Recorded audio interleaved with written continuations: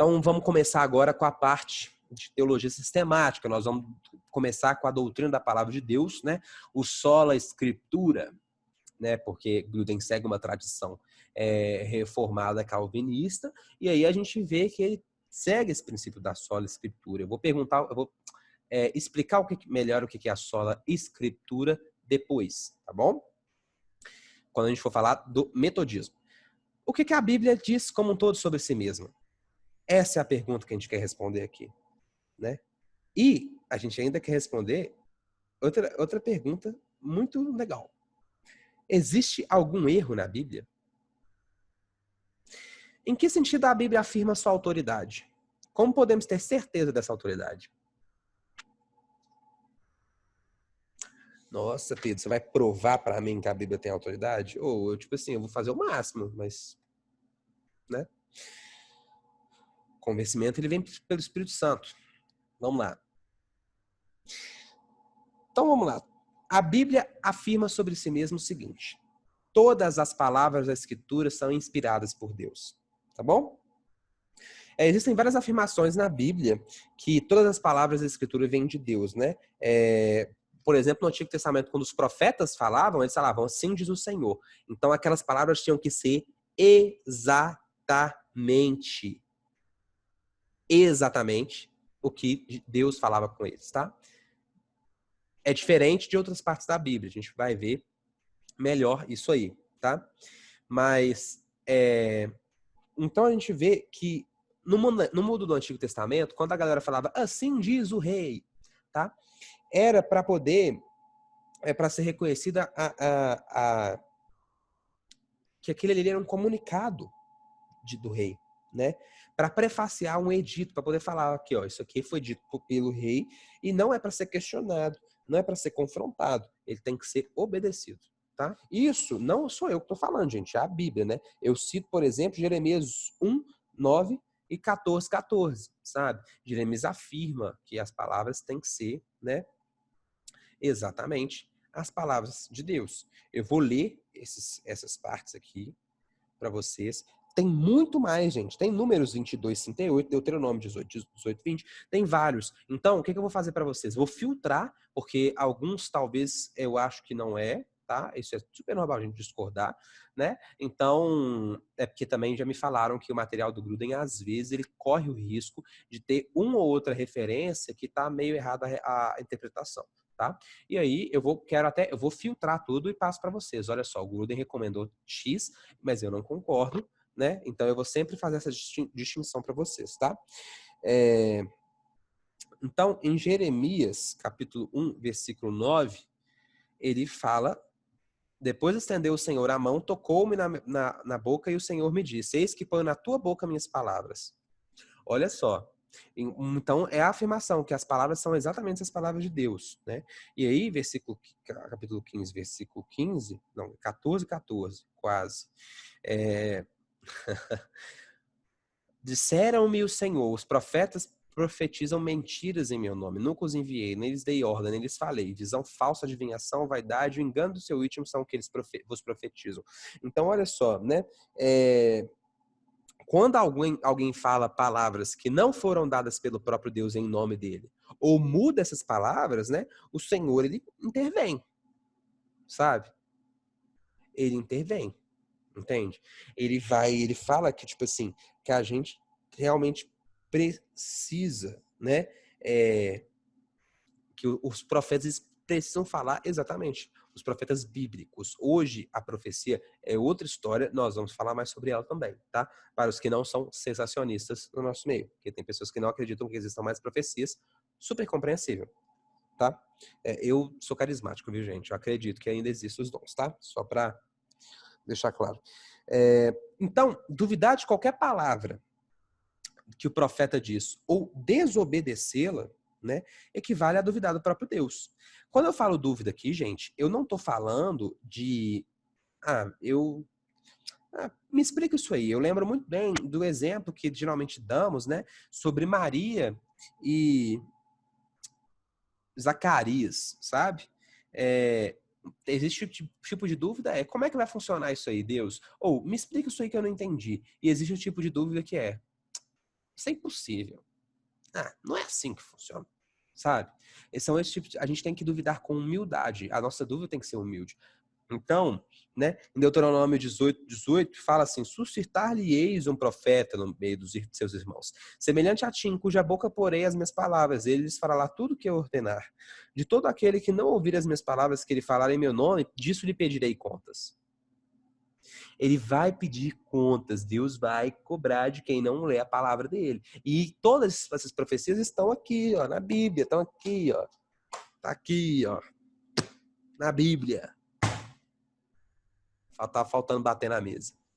Então, todos esses versículos, por si só, não afirmam que todas as palavras do Antigo Testamento são de Deus, ok? Elas afirmam que as profecias são, né? Então, isso a gente vê que os 5 primeiros livros são indiscutivelmente palavras de Deus, e todas as profecias que vêm como os profetas maiores, menores, e os profetas que vêm dentro dos livros históricos, como Crônicas, Reis, e Juízes, são palavras de Deus, né? A gente vê de uma perspectiva mais centrada nesse Antigo Testamento, né? Mas essas palavras de profecia são grande parte do Antigo Testamento, né?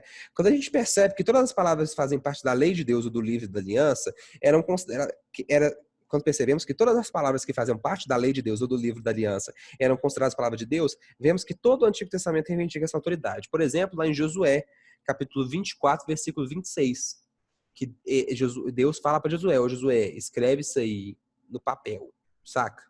E vai lá, Josué escreve no papel. Entende?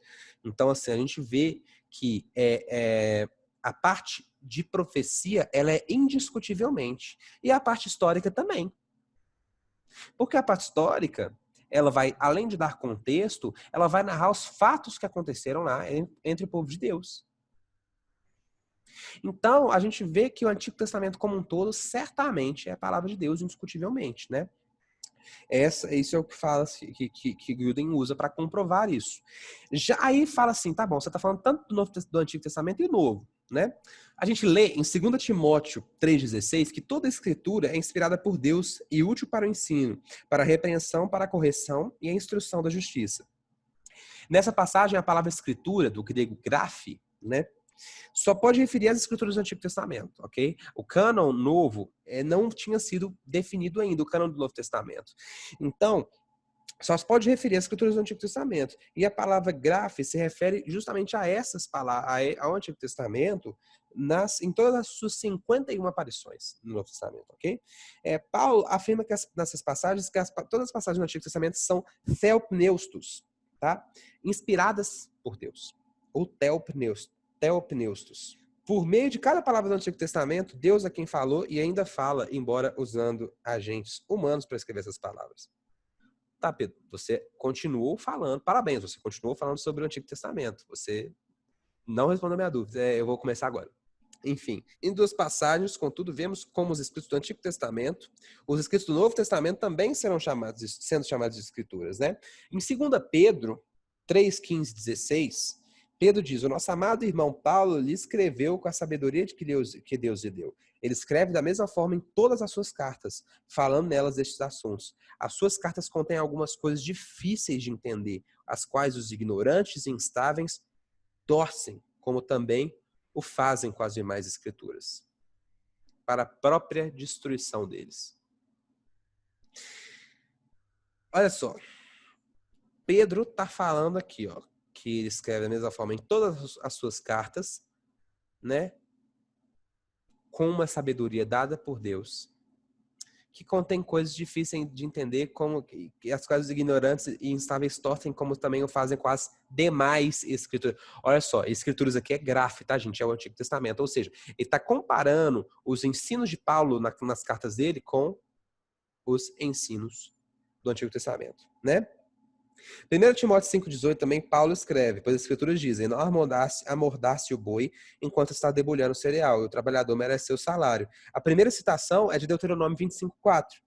Não amordace o boi enquanto está debulhando o cereal. Mas a segunda é a palavra de Jesus, que está lá em Lucas, está lá nos evangelhos, sabe?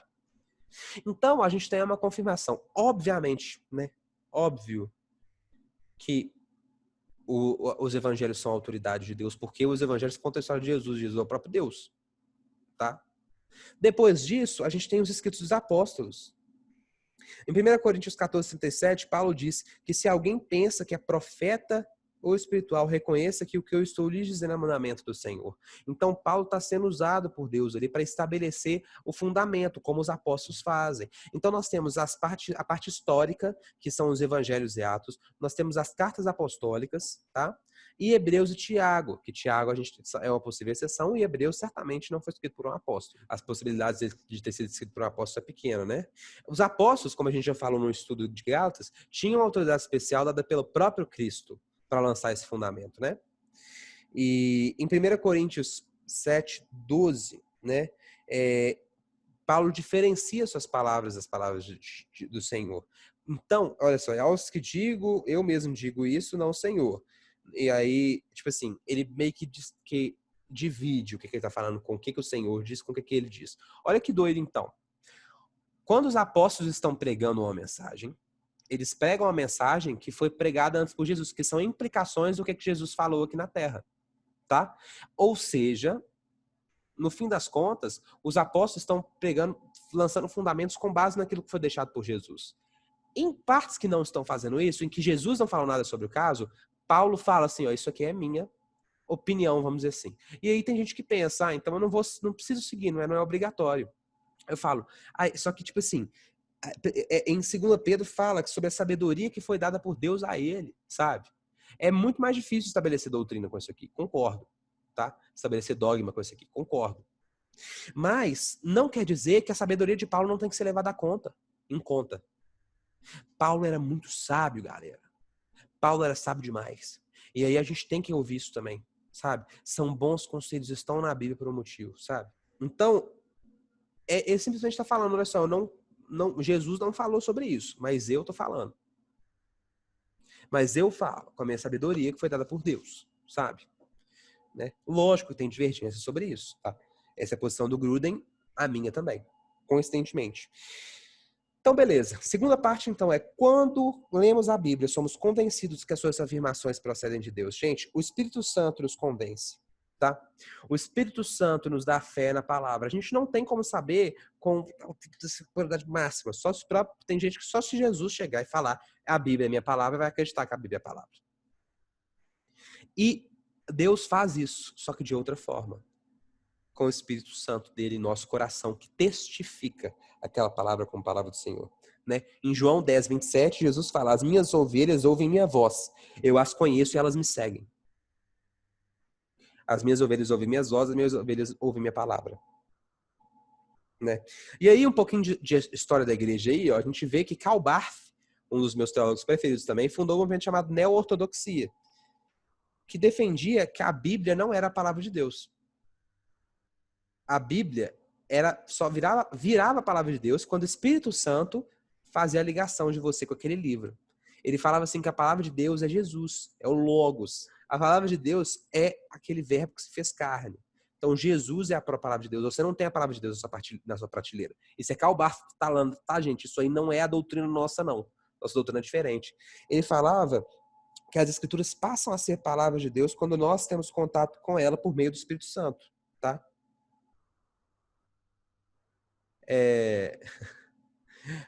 Então, gente, Karl Barth foi um cara muito bom para teologia, mas ele não acreditava que a Bíblia era a palavra de Deus. Ele acreditava que ela virava a palavra de Deus. E isso a gente sabe que abre porta para ele discordar, por exemplo, da inerrância.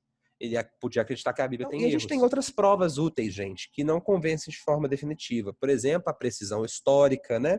A gente tem comprovação científica de vários fatos bíblicos. A gente tem profecia que foram cumpridas, profecias de Daniel, depois do capítulo 6, do Império Romano, tudo cumprida. Loucura, sabe? E é o livro de maior influência na história da humanidade. Zacarias. Livro de maior influência na história da humanidade. Sabe? Não tem condição. E aí eu quero abrir para o Lucas perguntar. E a Anne queria falar sobre também, né? Sobre na perspectiva humana. E aí eu quero ouvir.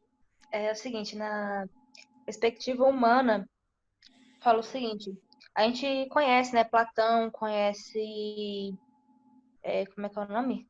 Sócrates, não é? E essas pessoas, ninguém duvida dos textos dela, de que foi ela que eles que disseram isso. E a gente analisa o tempo de intervalo de tempo que aconteceu aqueles fatos, do que foi escrito. E a quantidade de cópias de manuscritos também. Como é que é? Filósofos tem um tempo assim de intervalo de 1.200 anos, mil e poucos anos, do que aconteceu até o que foi escrito. Então pode ser que tenha muita coisa modificada durante esse tempo. Aham. E a quantidade de cópias também é tipo, às vezes é 7, às vezes não passa de 200. E já a Bíblia não. A Bíblia, ela tem um tempo do que aconteceu até o manuscrito mais antigo que a gente tem é menos de 100 anos. É tipo 70 anos, então é quase nenhuma geração, sabe? É uma pessoa mesmo que testificou aquilo, escreveu, e as pessoas foram passando adiante. E é o manuscrito com mais cópias. Então, ele bate recorde do primeiro para o segundo local. Tipo, o primeiro lugar que é a Bíblia, né, que tem uns 20 e tantos mil. E o segundo local tá um outro ponto, que é 600 e pouco. Então, assim, de um ponto de vista humano, a Bíblia ela é inerrante por causa, principalmente desse fato, de que ela, do tempo que aconteceu até o primeiro manuscrito que a gente tem, é um tempo recorde, um tempo muito curto. E isso dá menos brecha para de se medir esse telefone sem fio. Oh, sensacional. E o Pedro Dutti fala sobre isso também, de tipo assim, de ninguém duvida da existência desses caras, desses filósofos, só que só tem 2 ou 3 manuscritos deles. A Bíblia a gente tem milhares de cópias que divergem quase nada e a galera duvida delas. Qual que é o sentido, né? Lucas, manda bala. Mano, um tempo atrás, acho que 1 ano e alguns meses atrás, a gente fez um trabalhinho lá onde eu congrego, o nome foi Deus Não Está Morto. Lá que eu descobri sobre a erva mitocondrial, que eu te perguntei um tempo atrás. Enfim. E aí foi feita uma pergunta pela galera da igreja assim, se não existisse a Bíblia, como que nós creríamos em Deus? É engraçado que eu fui buscar a resposta na Bíblia, né? Lá em Romanos, e eu até queria falar sobre isso, né? Que a menina falou, se a Bíblia não é verdade absoluta, como conheceríamos Jesus? E aí eu queria, tipo, perguntar sobre isso, porque lá em Romanos fala que, tipo assim, o que é conhecido de Deus, os seus atributos invisíveis, é visto pela natureza. Então nós somos indesculpáveis de falar que a gente não conhece a Deus. E aí, 2 perguntas. Será que existe algum lugar do mundo que a Bíblia não entrou, mas não exista uma pessoa que não sirva a esse Deus? Talvez não trazendo o nome do Deus bíblico, mas sendo ainda o Deus bíblico, porque ele se manifesta de forma natural. A gente olha lá para Salmos 19, né? Os O céus altar ao proclamam a Deus glória de desconhecido. Deus. Então, assim, mano, como...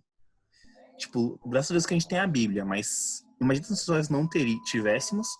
E será que existe um lugar do mundo que alguém fala desse Deus desconhecido, que nem tinha esse altar, né? Então é bem louco. Eu vou responder isso depois, tá? Se eu não te responder, você cobra na Fechou. hora. Porque com Fechou. certeza eu vou lembrar. Mas de antemão, então, eu te recomendo esse livro aqui, ó. Um clássico. Fator Melquisedeque. Tá? Meu pastor, ele me indicou também um tempo atrás. Esse livro é bruto, gente. Ele é polêmico, tá? A parte polêmica da aula é justamente do estudo. É justamente a aula. É justamente a parte polêmica do estudo é justamente essa questão que ele disse, tá? Nós vamos falar mais sobre isso depois. Então tá. Deixa eu continuar, depois eu te respondo. As palavras das escrituras comprovam a si mesma. Se a Bíblia tem a autoridade máxima, esse gráfico é muito doido. Se a Bíblia tem a autoridade máxima, ela tem a autoridade máxima.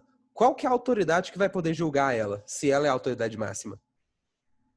Nenhuma, exatamente. Isso é um argumento circular? É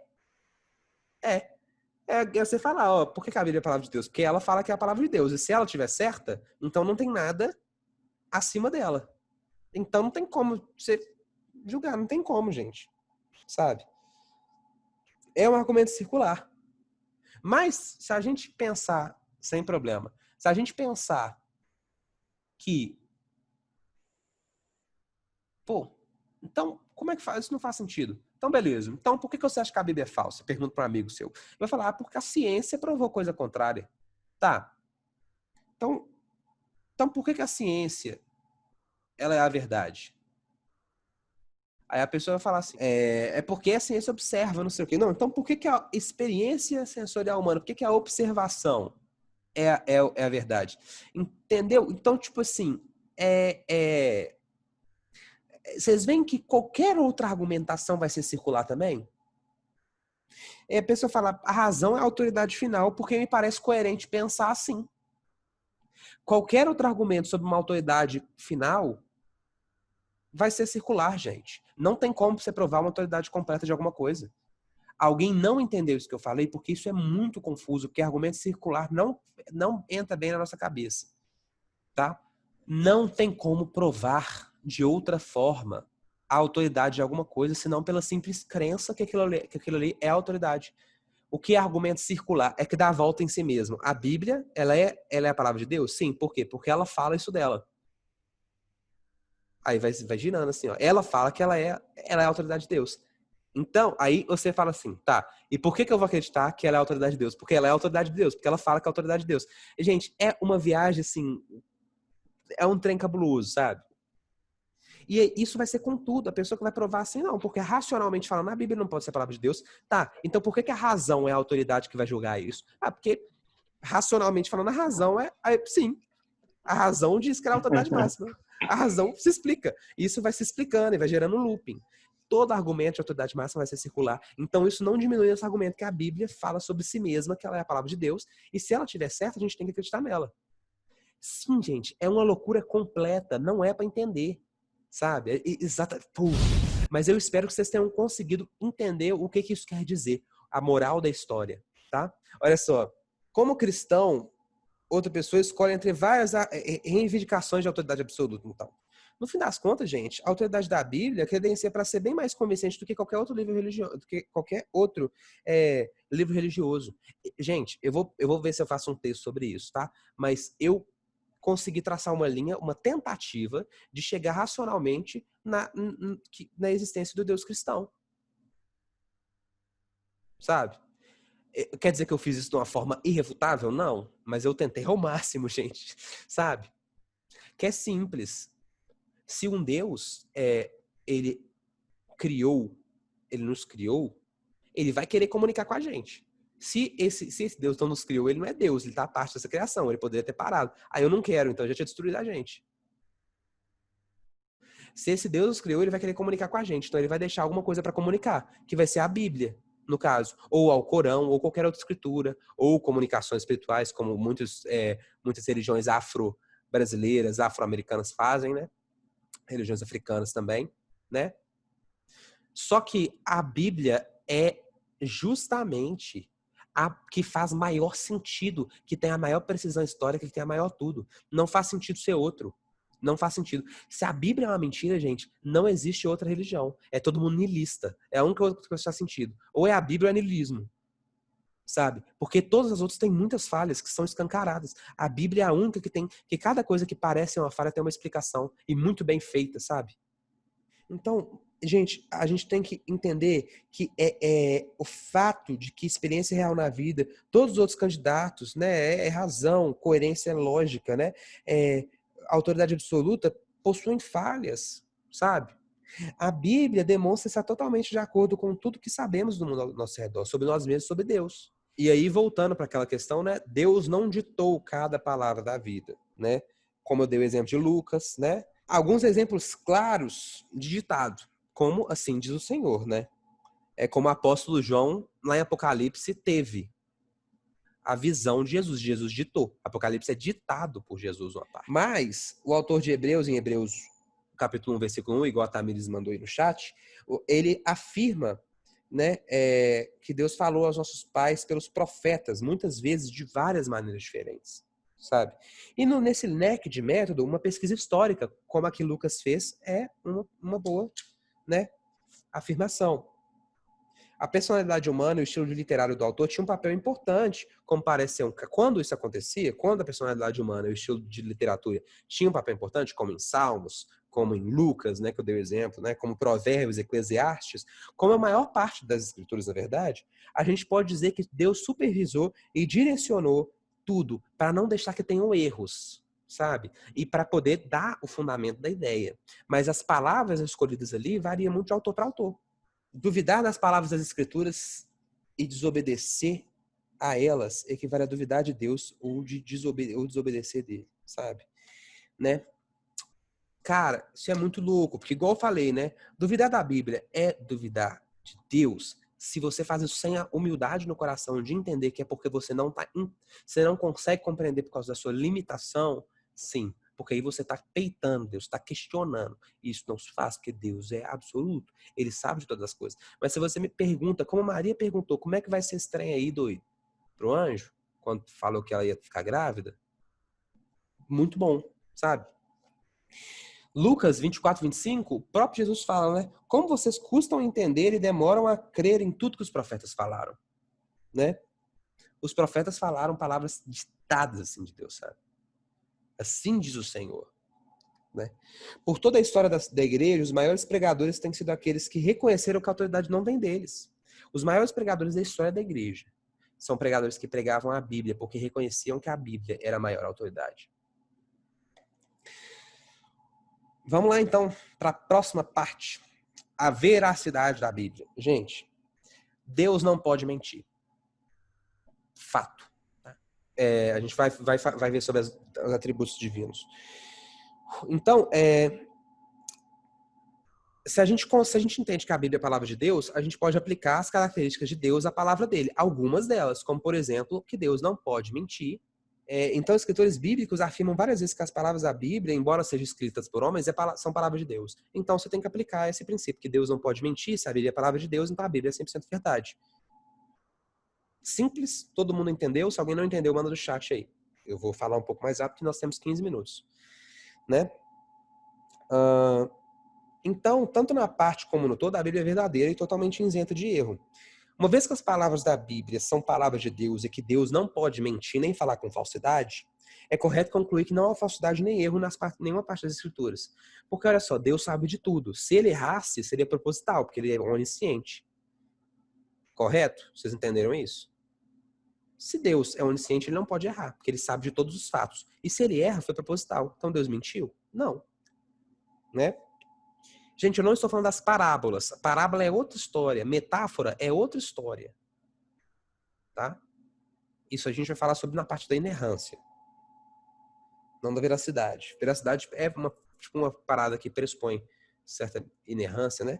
Mas, né? A gente lê Provérbios 30, capítulo 30, versículo 5. Cada palavra de Deus é comprovadamente pura.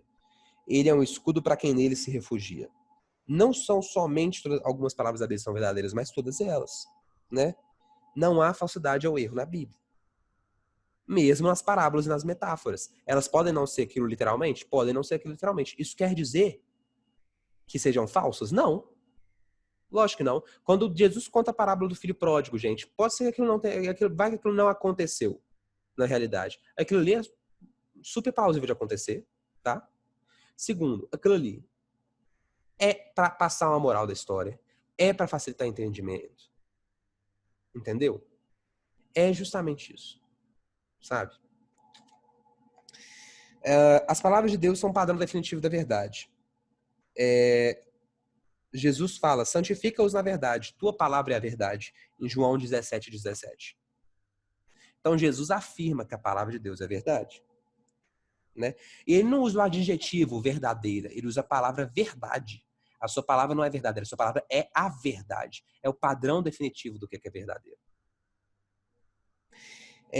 Então, essa afirmação não deve simplesmente pensar. A gente não deve simplesmente pensar que a Bíblia é algo verdadeiro. Mas a gente deve pensar que ela é própria verdade. Incentiva a pensar a Bíblia como padrão definitivo da verdade. A Bíblia é a palavra de Deus. A palavra de Deus define o que é verdadeiro. Portanto, a palavra de Deus é a própria verdade. Então, o que é a verdade? O que Deus diz que é a verdade. Porque a palavra de Deus estabelece tudo. O que é verdade, gente? É o que Deus disse. Por quê? Porque quando Deus disse, ele criou tudo. Não é verdade? Se tudo foi criado pelas palavras dele, então a verdade, em última instância, é tudo aquilo que foi definido por Deus. O que Deus diz é a verdade, gente. Simples, né? E aí a gente tem algumas visões sobre isso, né? O pluralismo, por exemplo, é a visão que toda pessoa tem uma perspectiva sobre verdade e que não dá para comprovar, nenhuma é maior do que a outra, sabe? O pluralismo, não, tenso. O pluralismo é uma visão que todo mundo tem uma verdade própria, tá? Então a gente não pode dizer que nenhuma verdade é absoluta. Isso é uma coisa que a gente tem nos dias de hoje que muita gente concorda. Ah, não é porque você acredita nisso que é o certo. Ué, se eu acredito é o certo, gente, pelo amor de Deus. Eu não vou acreditar no negócio que eu acho que é errado. Não faz sentido nenhum acreditar na verdade que se eu acho que ela não é a verdade absoluta. É muito bom que eu vejo pela Tamires e pela Camila, se vocês estão entendendo, porque elas estão aparecendo aqui. Se elas fazem assim, eu continuo. Algum fato novo pode desacreditar da Bíblia? Não tem como vir um fato provado que desacredite a Bíblia. Porque Deus, quando inspirou para escrever a Bíblia, ele sabia de todos os fatos. Simples, não é? Afirmação simples, né? Vou dar um exemplo, né? Por muito tempo acreditou que a Bíblia ensinava que o Sol girava em torno da Terra. Quando isso foi contestado, a galera releu a Bíblia e viu que a Bíblia não fala isso. Então, muitas vezes, quando a gente acha que alguma coisa nega a Bíblia, é porque a gente precisa voltar para a Bíblia, reler ela e ver que não é bem assim. O problema está em nós, não na Bíblia. O problema está no nosso entendimento, não na palavra, tá? O estudo científico histórico, ele serve muito bem para nos fazer ler a Bíblia de novo com os novos óculos. Vou colocar os novos, vou trocar esse aqui, vou colocar outro, e aí eu vou ler a Bíblia da forma mais correta. Então vamos continuar com a inerrância bíblica. Tá, o que é inerrância?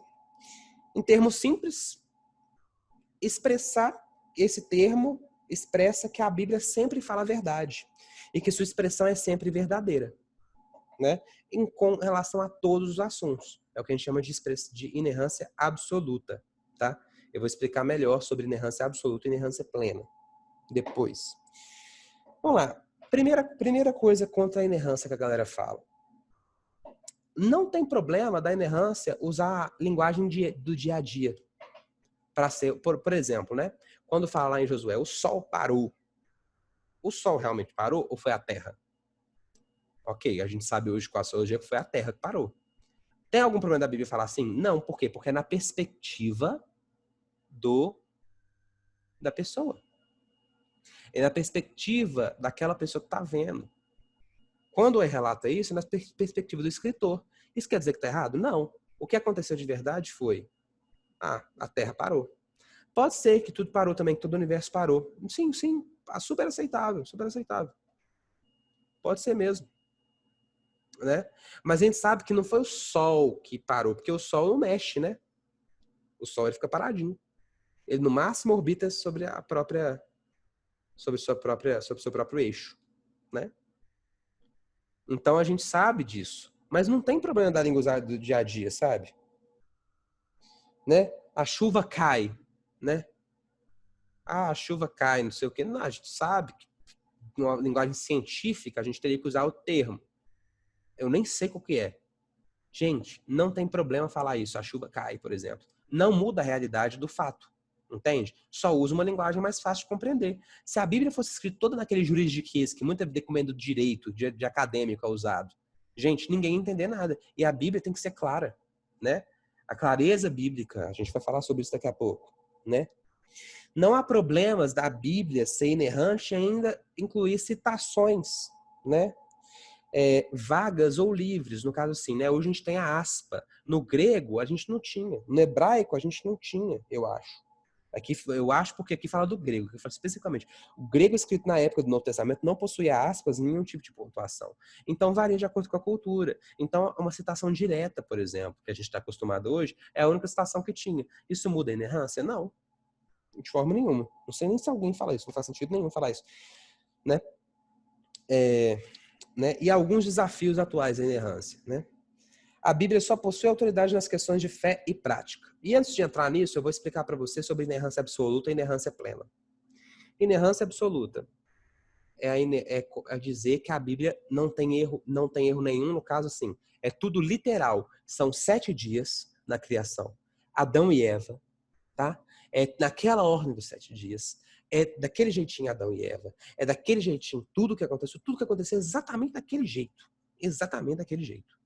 Que tá ali. Apocalipse 100% literal, tá? 100%. A gente tem hoje pessoas, por exemplo, que acreditam no evolucionismo, tá? Na teoria da evolução de Darwin. E dizem que isso não é negado nas escrituras.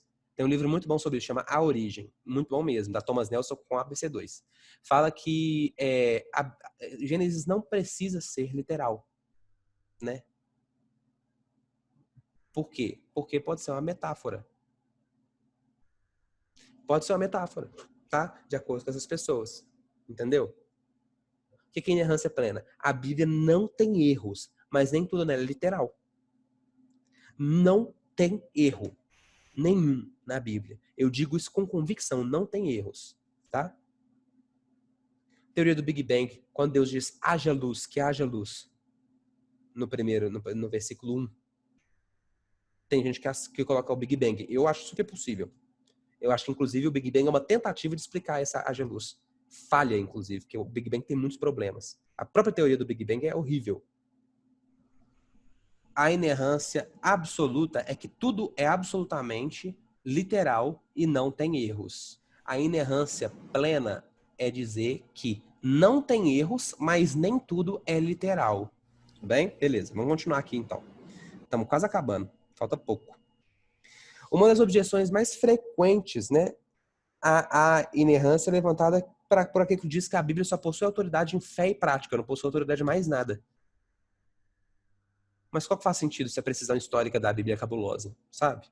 Sim, tem questões da precisão histórica lá de Gênesis que a gente tem, que é meio confuso na perspectiva científica, sabe? Mas a precisão histórica é magnífica. Não faz sentido você falar que ela não tem autoridade nisso, sabe? Então, o que a gente vê é que, por exemplo, né, o Novo Testamento contém, né, afirmações sobre a confiabilidade de todas as passagens da Escritura, tá? Em Atos 24:14, Paulo fala assim: creio em tudo que concorda com a lei, tudo que está escrito nos profetas. Em Lucas 24:25, Jesus diz que os discípulos são todos, porque são tardios no coração para quem tudo falava os profetas, tá? Né? Entre outros versículos, né? Uma leitura rápida dos detalhes antigos do Antigo Testamento, dos detalhes históricos do Antigo Testamento, citados no Novo, indica, quando Jesus, por exemplo, cita Noé, é Jesus afirmando que Noé é real. Por quê? Porque ele não citaria, de acordo com Gruden, se não fosse literal. Tá? Gruden está dizendo isso. Não há indicação que eles pensassem que poderiam desconfiar de alguma parte bíblica. Realmente não tem. Biblicamente falando, não tem indicação. Tá? Como declarações históricas ou científicas, sendo diferenciadas das passagens históricas, morais, doutrinárias. Sabe? Então, essa posição de que a Bíblia só tem autoridade em fé e prática, ela pega o propósito principal da Bíblia e traduz como o único. Tá errado. É o propósito principal, fé e prática, mas não quer dizer que é o único. Tem vários outros propósitos. Ok? A Bíblia é um livro acadêmico. É um livro acadêmico. Gente que não acredita na Bíblia, lê a Bíblia para poder entender coisas melhor sobre a ciência. Sociologia e história fazem isso demais. Tá? Tem gente que fala que a palavra inerrância é um termo pobre, né? Que o termo inerrância não é usado na própria Bíblia, que é um termo adequado que a gente insista nele, né? E aí a gente percebe o seguinte, que a palavra inerrância, ela dá margem para duas coisas, né? Para limitações ligadas à linguagem comum, né? Ou seja, na linguagem que foi escrita no grego, você não tem como falar, sei lá, sobre doenças que hoje o nome só existe em latim, por exemplo, sabe? Ele não tem como. Mas a palavra inerrância dá margem para isso. E para a literalidade também. A palavra inerrância, no caso a inerrância plena, né? O termo inerrância plena, ele dá margem para coisas que não são necessariamente literais. Entendem? Outra coisa, não adianta nada você falar que a palavra inerrância não aparece na Bíblia, então a gente não pode ficar insistindo, porque a palavra trindade também não. A doutrina da trindade é uma parada completamente baseada em partes da Bíblia que fazem muito sentido, que ela é totalmente verdade. Mas é um nome que a gente fez para poder facilitar essas coisas, né? A palavra encarnação também não, mas a gente sabe que isso é uma verdade também. Por quê? É um nome dado a uma visão para poder deixar mais fácil, que todos nós cremos, né? Não possuímos manuscritos inerrantes, portanto é ilusório falar de uma Bíblia inerrante. Eu vou só retomar o que foi dito aqui antes, tá? Foi a Anne que falou, eu acho, né? Anne falando assim, né? Que sempre se atribuiu, tipo assim, que a galera não duvida daqueles doidão lá que faz da filosofia, mas duvida da Bíblia falando, porque a gente não tem os manuscritos originais. Não, mas os manuscritos são tão próximos e as palavras são, geralmente as mudanças de palavras não mudam o significado do texto de uma forma tão coesa que assim, é um absurdo a gente pensar que isso pode interferir na inerrância. O período de tempo é tão curto e as palavras mudam tão pouco, mesmo em milênios de diferença dos manuscritos, sabe? Né? Por exemplo, se a Constituição do Brasil fosse queimada, o que a gente faria? Pegaria outras cópias. Se a Constituição original de 88 fosse queimada, a gente pegaria cópias. A gente tem tanta cópia desse trem, gente, que não precisa nem mais do original. Com a Bíblia, assim também. A gente não tem acesso ao original, mas a gente tem tanta cópia e de período datado próximo, sabe? E tanta cópia. Não é muita cópia. Não é muita cópia. E que a gente vê com crítica textual que as palavras não mudam o significado do texto, e se mudam são os mais atuais, né? As palavras geralmente não mudam o significado, gente. Não mudam. O estudo das variantes textuais... Isso não quer dizer que a variante dos textuais... Que o estudo das variantes textuais não seja importante. Mas sim que não deixou confuso quanto ao significado. Então, você estudar aquelas palavras que mudaram é benéfico? É. Mas não é o suficiente para nos deixar confusos sobre o significado original.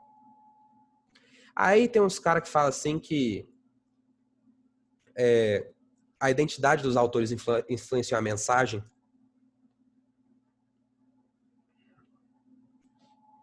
Como assim? Sabe? Mas não vou responder assim, lógico que não. Eles dizem que quando os escritores estavam tentando explicar algumas coisas, né? Em alguns momentos eles afirmavam incidentalmente algumas ideias deles, que não eram de Deus, tentando explicar alguma coisa, né? Deus é o Senhor da linguagem humana. E se ele supervisionou tudo, ele sabia o jeito de falar certo. O melhor jeito de falar. Se tem alguém que sabe de letras aqui, que é formado em letras, é Deus, porque ele criou a linguagem. Ele saberia a melhor forma de escrever. Não faz sentido você afirmar que o que está na Bíblia hoje, se é mantido por providência divina, está errado. Porque os autores colocaram as próprias opiniões, tá? Paulo é tão cuidadoso com isso que ele afirma que quando é que ele vai falar a própria opinião, gente? Pelo amor de Deus. Sabe? Essa adaptação, né, essa adaptação de Deus, no caso, essa adaptação da palavra de Deus, que mudaria o sentido, né? Isso contrariaria o fato de que Deus não pode mentir. Porque se a Bíblia é a palavra de Deus e tem alguma coisa que não é a palavra de Deus ali, então Deus mentiu. Porque a Bíblia fala que é a palavra de Deus. A gente entra num bololô do caramba. Então, não. Gente, Deus é o Senhor da linguagem humana. Por providência divina, ele assegurou que isso não acontecesse. Tá? E aí tem o que eu mais gosto, gente. O que eu mais ouço. Existem erros claros na Bíblia. Aí você pergunta quais, ninguém sabe te falar. Acabou. Essa é justamente essa. Ninguém sabe falar qual é o erro claro na Bíblia. Aí tem uns doidos que sabem um pouquinho mais, que começa. Porque quando você compara Lucas com Mateus, naquela partezinha ali tem uma diferença. Mateus com Atos, naquela partezinha tem diferença. Gente, são 2000 anos de tradição cristã. Vocês acham que não tem um estudo mostrando todas as implicações dessas diferenças, né? O porquê que são assim, né? O porquê que tem daquela forma. Tem todos os estudos possíveis. É só pegar um bom comentário e ler. Tem texto, gente, que só o conhecimento do hebraico ou do grego que vai poder solucionar alguma questão porque a tradução é limitada, né? A gente tem, da mesma forma que o grego e o hebraico eram limitados para certas coisas que hoje nós temos no português, o português também faltam algumas coisas, algumas diferenças, né? A gente tem uma palavra para amor, os gregos têm trocentas. Então, fazer o quê, né?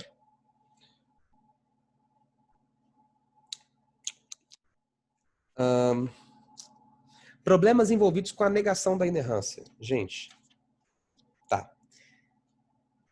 Olha só.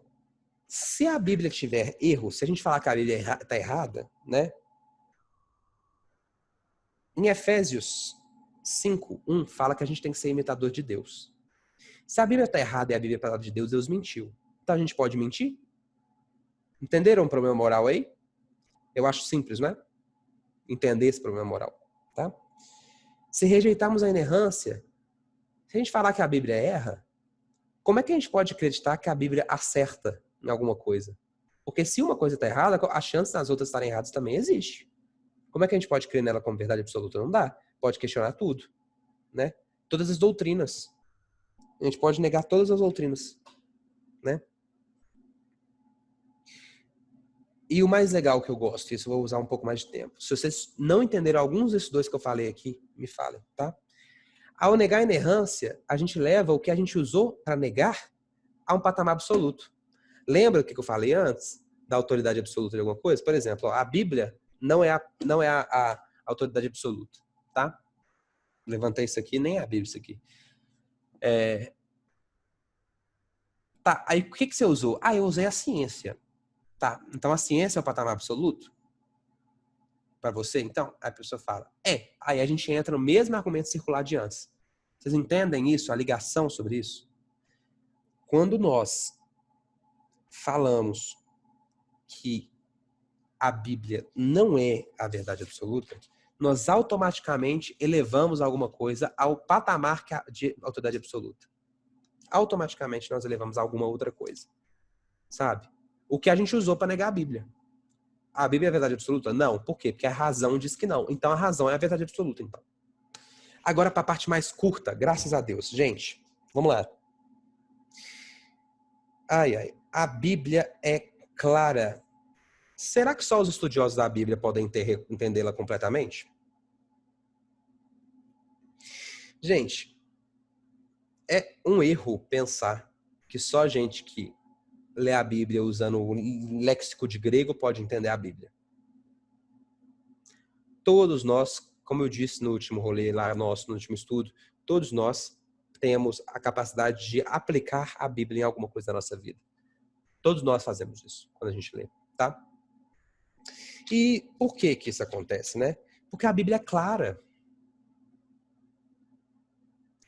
Porque a Bíblia exatamente, ninguém consegue entender a Bíblia inteira. Mas todos conseguem entender grande parte da Bíblia sem precisar estudar muito. Tá?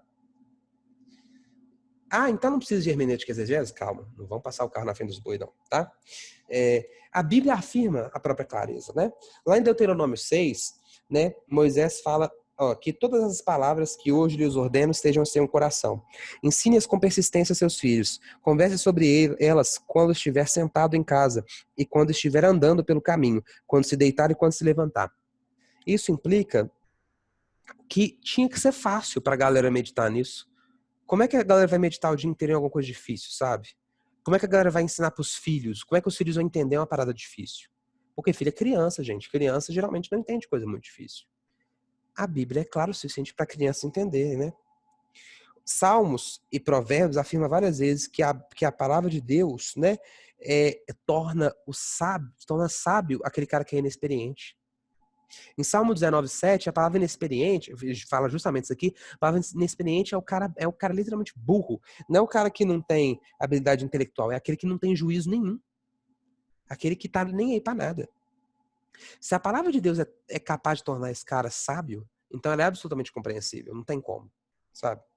O próprio Jesus, nos ensinos a qualquer pessoa, ele fala, vocês não leram a escritura? Não era só os fariseus. Nas pregações dele, o pescador analfabeto, ele falava, vocês não leram na escritura? Porque todo mundo ali era pelo menos ensinado na lei de Moisés. Todos. tinham essa educação, tá? Quando a gente fala analfabeto, inclusive, a gente está meio errado historicamente falando. Sim, até quando vocês na experiência irão se contentar com vocês na experiência. Provérbios afirma demais que a Bíblia é fácil, que a sabedoria de Deus é livre para todo mundo, que a gente tem que procurar ela, sabe? Provérbios é o maior, é para mim o que mais prova a clareza da Bíblia, né? Jesus fala, Mateus 12, Mateus 21, Mateus 22, Mateus 9, Mateus 12, Mateus 15, Mateus 21, João 3, 10, e etc. É exatamente. Ela é tão fácil e clara para que uma criança entenda e profunda o suficiente para que exista um estudo gigante para isso. Essa que é a questão da Bíblia. Ela é clara o suficiente para todos nós entendermos, mas precisa de um estudo profundo para que a gente entenda toda a sua plenitude, tá? As qualidades morais e espirituais necessárias para a compreensão correta. O Espírito Santo de Deus que nos faz entender corretamente a palavra, tá? A Bíblia está escrita de forma clara, ok? Só que ela só vai ser compreendida totalmente por um incrédulo buscando a salvação ou por um cristão buscando direcionamento de Deus. Uma pessoa incrédula que só lê a Bíblia como base histórica não vai conseguir entender a Bíblia. Aquela pessoa precisa ler pedindo ao Espírito Santo. O Espírito Santo muda, abre os meus olhos para que eu entenda. Tem o Espírito Santo, sim. Né? A Bíblia é o único livro que lemos com o autor, exatamente. É o único livro que a gente lê com o autor. A não ser que você vai ler um livro do Stephen King do lado dele, sabe? Eu acho que é difícil para qualquer um de nós, sabe? A definição de clareza das escrituras. Gente, tem uma galera que fala assim que somente a Bíblia é clara para ensinar o caminho da salvação, tá? Isso é uma forma meio restrita. Eu acho melhor a gente afirmar que a clareza das escrituras é o fato de que a Bíblia está escrita de tal modo que os seus ensinamentos podem ser entendidos por todos que a lerem, buscando o auxílio de Deus e tendo a disposição de segui-la.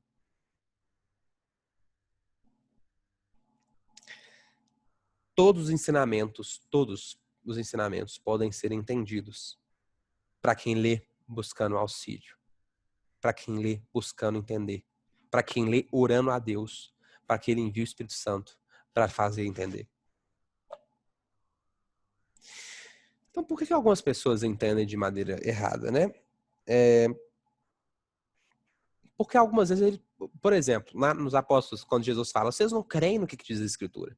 Por que eles falam isso? Por que ele diz isso? Tirei o óculos. Por que ele diz isso? Porque eles precisavam de duas ou uma. Ou era a dureza do coração deles, eles precisavam orar mais, falar assim, Deus, tira a dureza do meu coração, combate minha incredulidade. Ou é porque eles precisavam esperar acontecer. Por que a gente não entende Apocalipse completamente? Porque não aconteceu. Quando acontecer, nós vamos entender. Nós vamos falar, então era isso aqui que estava escrito aqui, porque vai estar acontecendo, nós vamos entender. Às vezes é porque é sobre o futuro. E aí a gente não vai conseguir entender. Normal. Não completamente, mas a gente vai ter uma noção.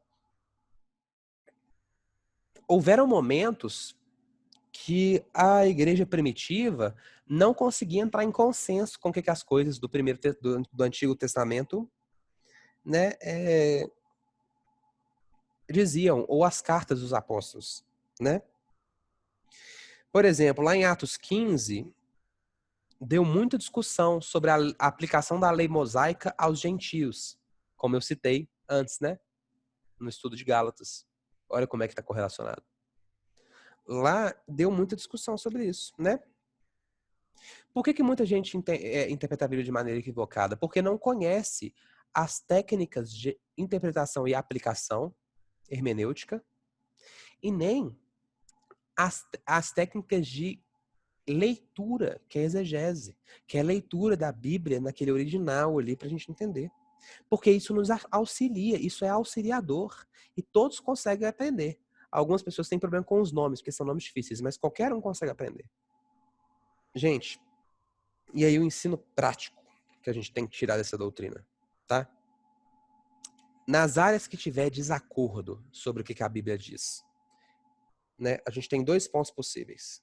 é provável que a gente esteja tentando dar afirmação que a Bíblia não é clara sobre. Por exemplo, se é melhor orar em pé ou ajoelhado.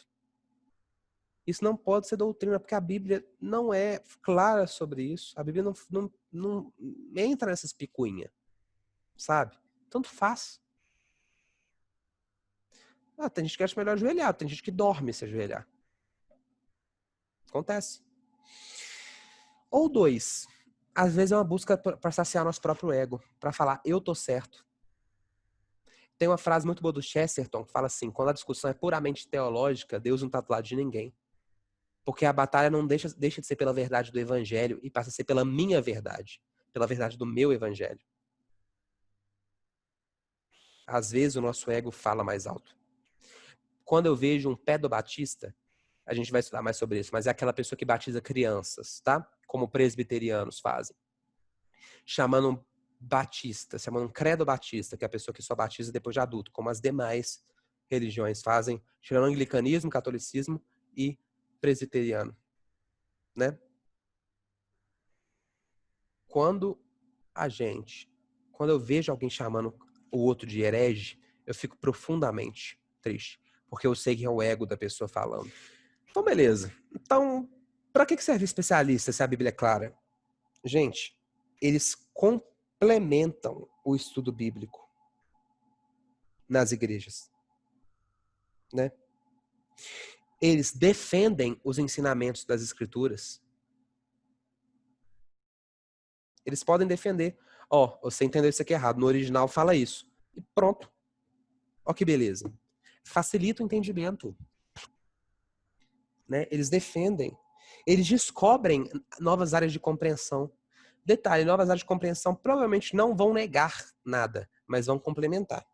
Dificilmente vai negar alguma coisa que a igreja já estabeleceu, né? Porque a igreja tem milênios, 2 milênios de existência, né? Então vamos combinar que é difícil. Mas geralmente é a aplicação. Por exemplo, né? Como é que a gente abordaria do namoro se não fosse um especialista falando sobre? Só que a gente tem que levar em consideração o seguinte. Na igreja católica, o que acontece é o seguinte. Quem pode interpretar a Bíblia assim é quem está num cargo mais elevado, magistral, ministerial. Não pode ser assim. Quando nós fazemos isso, a gente elitiza. O cara que sabe que é mestre, tá? O cara que é mestre e que estuda a Bíblia no original, esse trem todo, ele não necessariamente precisa decidir pela igreja. Nós não podemos elitizar a igreja. A igreja tem que ter representantes no colegiado de presbíteros. Tem que ter gente que não sabe nada da Bíblia? Não. Mas tem que ter gente que não sabe nada dessas técnicas teológicas. Não é necessário, mas tem que ser alguém fiel à palavra de Deus. O processo de tomar de decisão da igreja tem que ser deixado para os oficiais, tá? Sejam especialistas ou não. E a necessidade do evangelho. Agora a gente vai entrar na parte polêmica. Graças a Deus está acabando, tá? Sem a Bíblia, a salvação é impossível. É isso que Gruden afirma aqui. A Bíblia é necessária para escrever o evangelho. Lá em Romanos 10, né, fala, porque todo aquele que invocar o nome do Senhor será salvo. Como, pois, invocarão aquele que não creram? E crerão naquele que não ouviram falar? Né? E como ouvirão se não houver quem pregue? Consequentemente, a fé vem por ouvir a mensagem. A mensagem é ouvida mediante a palavra de Cristo. Então, a linha de raciocínio que tem aqui é, primeiro, supõe, em primeiro lugar, que a pessoa precisa invocar o nome do Senhor para ser salva. Gente, detalhe, isso aqui é a visão do Gruden, vocês não precisam concordar. Segundo, a pessoa só pode invocar o nome de Cristo se crer nele. Terceiro, a pessoa não pode crer em Cristo sem que tenha ouvido falar nele. Quarto, a pessoa não pode falar de Cristo sem que alguém lhe fale dele. Então, olha só, olha a progressão. Vou repetir. Em primeiro lugar, alguém precisa invocar o nome do Senhor para ser salvo. Segundo, não tem como você invocar o nome do Senhor se você não crê. Terceiro, não tem como você crer sem ouvir. E quarto, não tem como você ouvir se ninguém te falou. Simples. Né? É uma corrente de ideias. Você pode voltar lá depois e anotar isso direitinho. Né? Isso pode concluir, né, que ninguém pode ser salvo sem ouvir a pregação do Evangelho de Cristo. Raros testemunhos. Tá? Todo mundo já deve ter ouvido uma história de um muçulmano que se converteu porque sonhou com Jesus.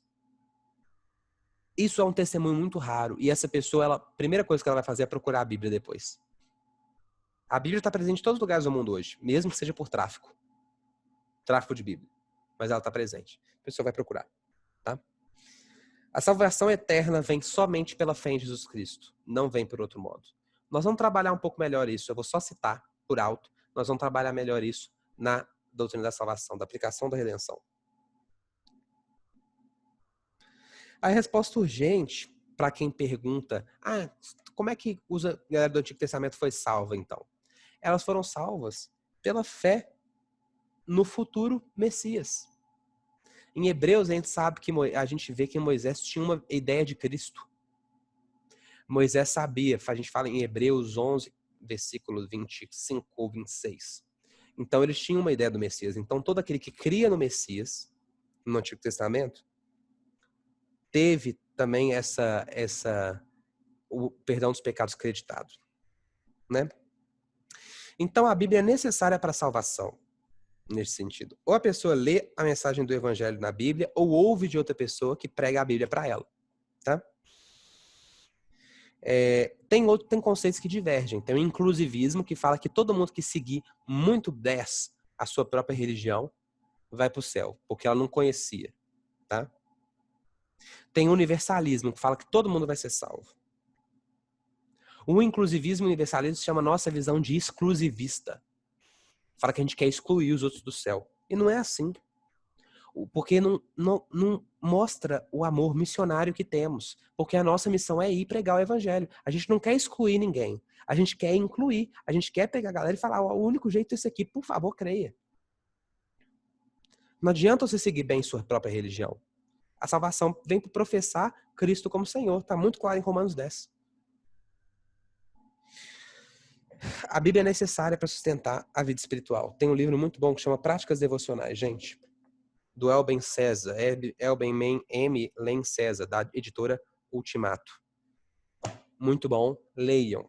A Bíblia é necessária, nem só de pão viverá o homem, mas de toda palavra que procede da boca de Deus. Mateus 4,4, Jesus fala, citando Deuteronômio 8,3.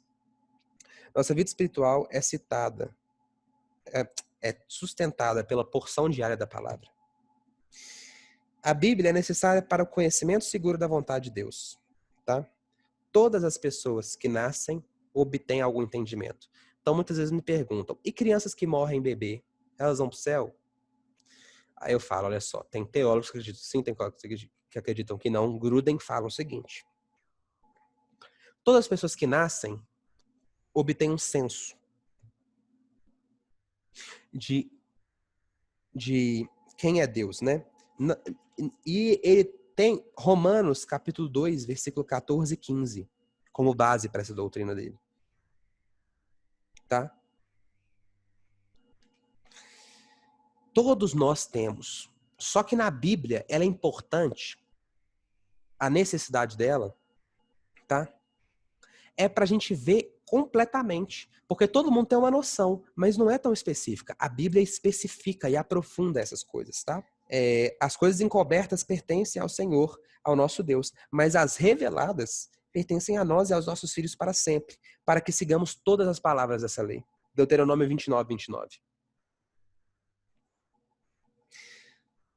Amar a Deus é obedecer os mandamentos dele. 1 João 5,3.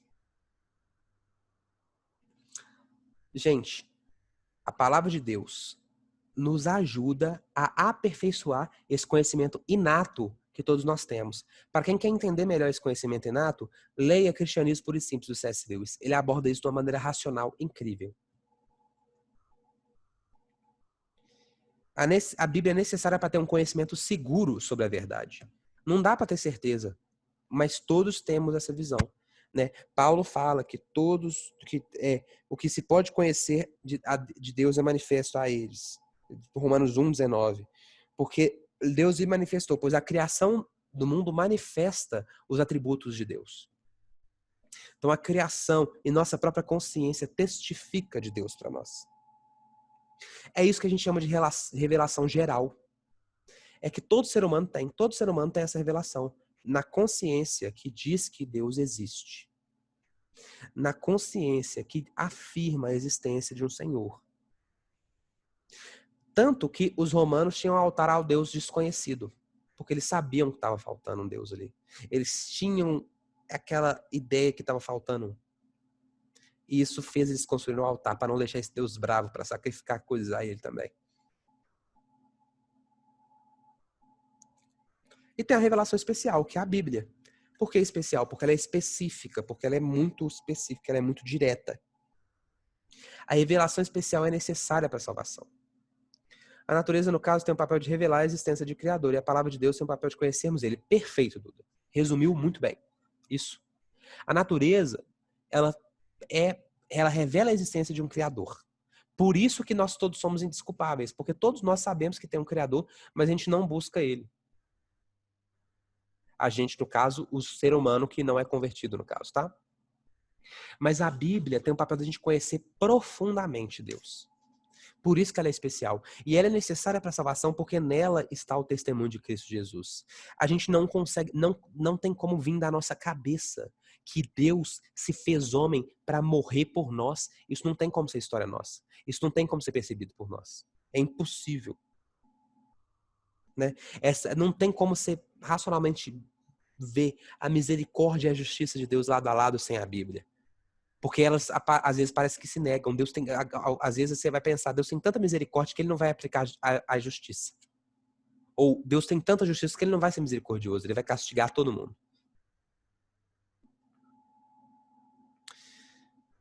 Essa era a parte mais... Eu dei uma corridinha nela, mas essa era a parte mais complicada. Então, respondendo algumas perguntas. Sem a Bíblia, a salvação é impossível. Mas a Bíblia certamente está presente em todos os lugares, nem que seja por tráfico. E a pessoa que se converte por um sonho, ela vai procurar a Bíblia. E Deus vai prover a Bíblia. Deus é provedor. Ele vai prover a Bíblia para aquela pessoa, de alguma forma. A suficiência das Escrituras. Né? A suficiência das Escrituras basicamente afirma assim, olha, tudo que a gente precisa saber sobre a salvação, sobre a redenção, está na Bíblia. Se não está na Bíblia, é porque não tem tanta necessidade de a gente saber. Isso não está falando que a gente não precisa estudar ciência. Só que a ciência não é necessária para a nossa salvação. Vocês entenderam isso? A ciência não é... A gente não precisa estudar ciência para ser salvo. Tem gente que morre sem estudar. Mas a gente precisa estudar a Bíblia para ser salvo. Então a Bíblia é suficiente para isso, né? 2 Timóteo 3,15 fala, porque desde criança você conhece as sagradas letras que são capazes de torná-lo sábio para a salvação mediante a fé em Cristo Jesus.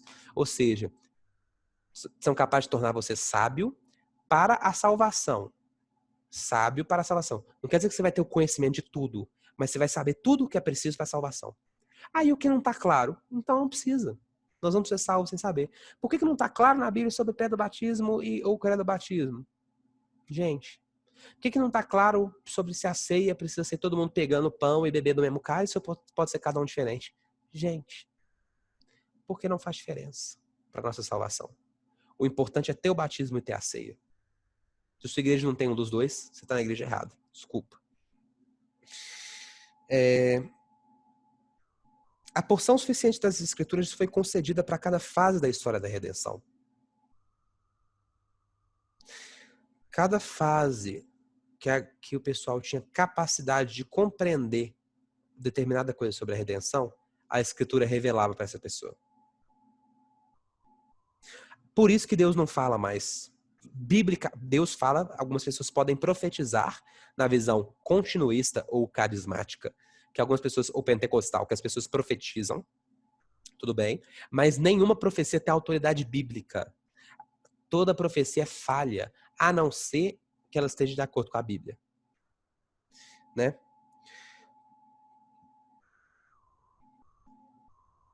Não dá a entender, essa parte dá a entender. Ela indica que a gente não pode acrescentar mais nada à Escritura. A gente não pode. Deus já completou a Bíblia. O que está por vir é o cumprimento da palavra de Apocalipse. Em Deuteronômio 29:29 fala que as coisas encobertas pertencem ao Senhor, nosso Deus. O que não está na Bíblia É porque a gente não tem necessidade de saber. Para a salvação, para nossa vida cotidiana, precisamos, às vezes, né? 3 aplicações práticas da suficiência da Escritura. Isso implica que a gente vai querer pesquisar a Bíblia e obter resposta, porque a Bíblia vai dar todas as respostas que a gente precisa. Olha que beleza. Se a Bíblia é suficiente, então a gente pode procurar tudo para a salvação lá, porque ela é suficiente. A gente só precisa dela. É um alerta para que a gente não acrescente nada à Escritura. Não pôr palavra na boca do Senhor. Deus disse uma coisa, a gente não pode ficar colocando coisa na boca de Deus. Nós não temos esse papel, tá? Um aviso para não considerar que nenhuma orientação moderna de Deus tem o mesmo peso das Escrituras. Ou seja, a galera que profetiza no meio carismático tem que entender que aquela profecia ela pode ser falha, porque pode ser fruto da mente humana. Mas se for do Espírito, vai estar de acordo com a Bíblia. A Bíblia é a autoridade máxima. Sempre. E o que eu mais gosto aqui... Não, eu vou falar o último primeiro. O incentivo para se contentar. Gente, se a gente não está contente com a Bíblia, se a gente não está satisfeito, tem algo errado com a gente. Sabe? As questões doutrinárias que a gente tem hoje de diferença, a maioria é para falar que a gente tem esse destaque pequeno. A maioria é para afirmar para nós que... Como é que eu posso dizer aqui? Ó? Vou ler a frase que é mais fácil. As questões doutrinárias que têm dividido as denominações protestantes evangélicas, questões que a Bíblia dá um destaque relativamente pequeno, né? Não quer dizer que essas questões são insignificantes, elas são importantes. Nem que a Escritura não traga solução. Na verdade, eu acredito que a Bíblia sempre traz a solução. A gente que não consegue ver direito, né? Só que esses assuntos recebem pouca atenção porque eles não são o tema central. A gente tem que se preocupar muito mais com o tema central do Evangelho do que com o batismo. O batismo é necessário, não estou falando que ele não é necessário, não. Estou falando que ele é necessário para o Evangelho, mas se o batismo é quando criança ou quando adulto, é isso que eu quero dizer. Se o batismo é quando criança ou depois. Isso aí não é central. O central é o quê? Tem que ter batismo para o Evangelho. Esse é o central. É nisso que a gente tem que focar. Ok? E o que eu mais gosto para de ficar cagando regra. De ficar adicionando pecado. Isso aqui é pecado. Não pode ir pro cinema, não pode fazer isso aqui, não pode... Pelo amor de Deus. Não tem nada a ver, gente. Não está escrito na Bíblia. Não quer dizer que alguém que recomende, eu não acho correto você ir para o cinema. A pessoa está recomendando. Por quê? Porque ela acredita que é ruim. E quando a pessoa recomenda isso, provavelmente ela é uma autoridade espiritual. Então é sábio ouvi-la. Porque se está falando isso aí, é por algum motivo. Mas a Bíblia não fala que é pecado. A Bíblia não fala que é pecado. Porque nem tinha cinema na época. Ou eu tô doido. Tinha teatro. E a Bíblia também não proibia esse teatro. E aí? Né? E por fim, da parte reformada. Gente, não adianta você saber disso tudo e não ler a Bíblia. Não adianta. Tem um estudo que fala que quando as pessoas leem a Bíblia no mínimo 4 vezes por semana, a vida delas muda radicalmente. As decisões que elas tomam mudam radicalmente. Isso é um estudo, tá? Metodologia, tem tudo direitinho. E é muito doido. Comprova isso. E aí? Então, essa foi a segunda de 3 partes do nosso estudo. A próxima vai ser uma parte menorzinha sobre a visão de Wesley, sobre a Bíblia, a visão de John Wesley, fundador do metodismo wesleyano. Perdão a demora por ter postado essa aqui, tá? Mas tá aí, tá na mão. Logo, logo eu posto também a terceira parte, ok? Deus te abençoe e tamo junto. Até a próxima.